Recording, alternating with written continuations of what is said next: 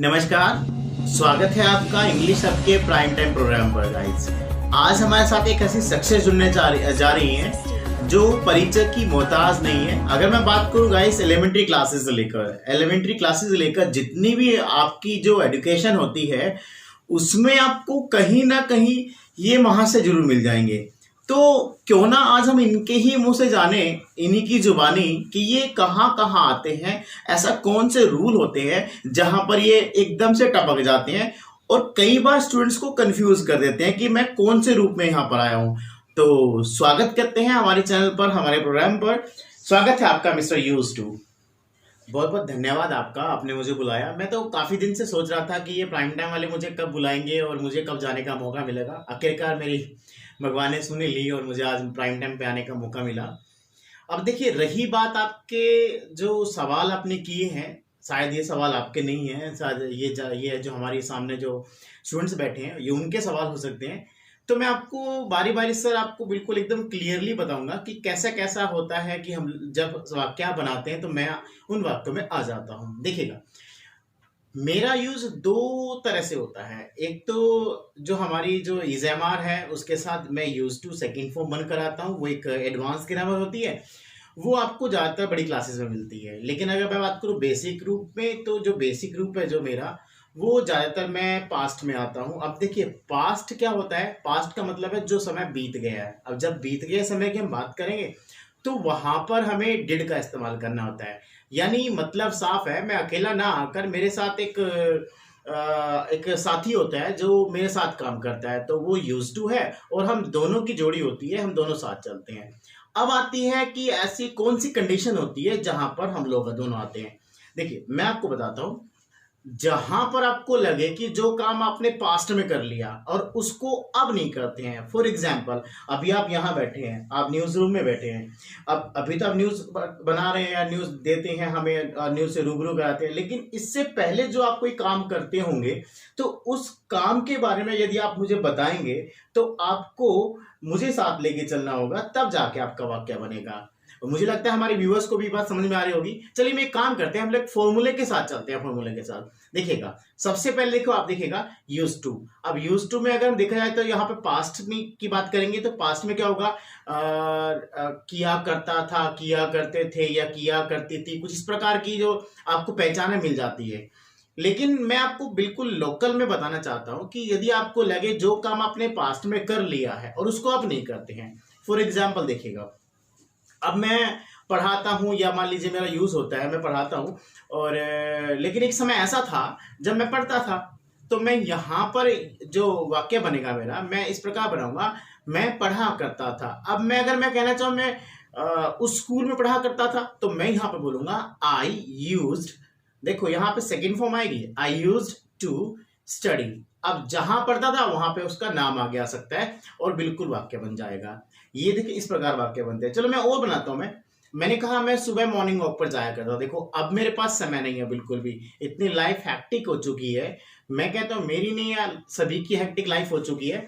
तो I use to go for morning walk, परंतु अब नहीं जाता। तो इसमें हम लोग ये भी बोल सकते हैं, बट नो लॉन्गर नाउ, परंतु अब नहीं जाता। और देखा जाए तो जो वो दिन थे ना, सुबह मॉर्निंग वॉक पर जाना, ये करना, मैं ये कह सकता हूँ कि अगर आप चाहें तो उसको, जितनी आपने बचपन में सारे काम किए हैं उनके लिए भी अब आप चाहें तो यूज टू की ग्रामर का इस्तेमाल कर सकते हैं। एक बार फॉर्मूला देख लेते हैं कैसे बनेगा इसका। जब आप क्वेश्चन बनाएंगे तो डिड सबसे पहले बाहर आएगा, उसके बाद आपने यहाँ पे लगाना है यूज टू और फिर आपने एक्शन वर्ब लगा देनी है। देखिएगा, ये वाक्य बन गया आपका। अब मैं एग्जाम्पल देता हूं मैं आपको और उसके बनाते चलेंगे। देखिए, क्या आप गवर्नमेंट स्कूल में पढ़ाया करते थे? अब देखिएगा, did you use to teach in government school? क्या आप सुबह 4 बजे उठा करते थे? Did you use to get up at 4 o'clock?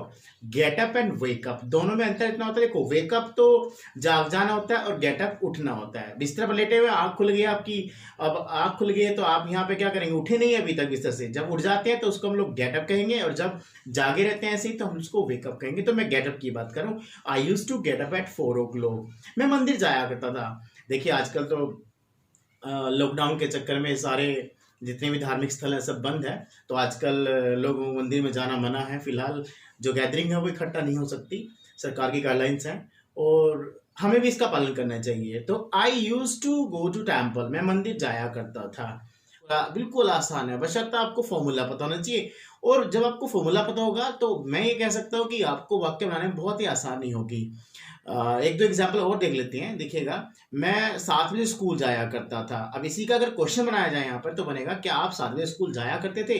Did you use to go to school at 7 o'clock? देखो कितना आसान है, बस आपको फॉर्मूला पता होना चाहिए। बिल्कुल। क्या आप क्लास में अंग्रेजी बोला करते थे? क्या आप क्लास में शोर किया करते थे? क्या आप टेस्ट में नकल किया करते थे? देखिए कितने सवाल हैं। और क्या आप क्लास बंक मारा करते थे? देखिए कितना आसान है। क्या आप काम को टाला करते थे? क्या आप क्लास में झगड़ा किया करते थे? बहुत आसान है। और जब आप नेगेटिव बोलेंगे तो नेगेटिव में क्या करना है? सिंपल आपने डिड नॉट का इस्तेमाल यूज करना होगा। I did not use to. लेकिन देखा जाए तो जनरली क्या होता है कि जब हम लोग स्पीकिंग क्लासेस की बात करते हैं तो लोग इसको डिड नॉट यूज टू बोलने की बजाय वो कहते हैं कि I have never done it. अब जैसे मान लीजिए आपने मुझे पूछा, sir did you use to smoke? अब मैं यहाँ पे बोलूँ कि I did not use to smoke, तो इसका जो इंटेंशन है वो ये आता है कि भाई आप पहले स्मोक नहीं करते लेकिन अब करते हैं। तो मैं बिल्कुल मना करना चाहूंगा, तो मैं यहाँ बोलूंगा आई हैव नेवर डन इट। भाई मैंने इस काम को कभी किया ही नहीं है। लेकिन कहीं जगह आपको लगे कि मैं इसको बोल सकता हूँ तो वहां पे बोल सकते हैं बिल्कुल। लेकिन जो चीज़ आपने कभी नहीं की है तो आप वहां पे बोलेंगे आई हैव नेवर डन इट। तो देख, मुझे ऐसा लगता है कि बच्चों को जो मैंने समझाया आज वो समझ में आया होगा।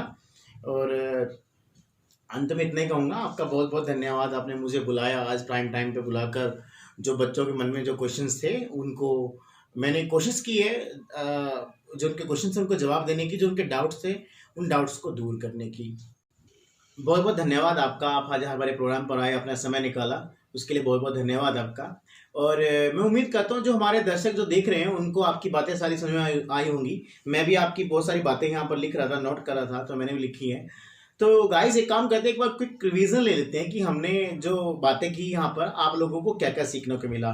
गाइस देखिएगा, हम लोगों ने बातें की यहाँ पर यूज टू को लेकर। यूज टू की जो पहचान मैंने नहीं, मतलब जो यूज टू ने बताई थी वो ये थी कि किया करता था, किया करते थे, या करता था, करते थे, करती थी। कहने का मतलब है जो पास्ट की घटनाएं होती है ना उनके लिए हम लोग यूज टू लगाते हैं। अब पास्ट में जितने भी हमने हैबिट की है उन सबको बात बताने के लिए हम लोग यूज टू लगाते हैं। और इसमें क्वेश्चन हमने did you use to action verb को साथ लेके बनाया। आंसर में हमने यहाँ पर बोला आई यूज टू, या कोई भी यहाँ पर सब्जेक्ट हो सकता है, आई, यू, दे, वी, जिसे हम डूअर भी कहते हैं, मैंने आपको बताया था। और आंसर में जब नेगेटिव दिया, नेगेटिव में हमें दो चीज़ों को देखने को मिली। नेगेटिव में एक तो था I did not use to और एक था I have never done it. अगर कोई ऐसा क्वेश्चन यहाँ पर पूछा किसी ने जो नेगेटिव लग रहा है, आपको पहले से ही लग रहा है कि वो आपके खिलाफ है, तो वहां पे आपने बोलना होगा आई हैव नेवर डन इट। कभी आपको पूछे कोई आप स्मोक किया करते थे और आपने कहा नहीं मैं स्मोक नहीं किया करता था, तो इसकी सेंस चल जाती है यहाँ पर कि परंतु अब नहीं, मतलब पहले नहीं करता था मैं अब करता हूँ, वहां पे सेंस ये चल जाती है। तो गाइस मुझे लगता है कि आपको समझ में आए होंगे। आप चाहे तो ये जो स्क्रीनशॉट है आप इसको ले सकते हैं ताकि आपको जो आप वाक्य बनाएंगे उन वाक्यों को बनाने में बहुत बहुत आसानी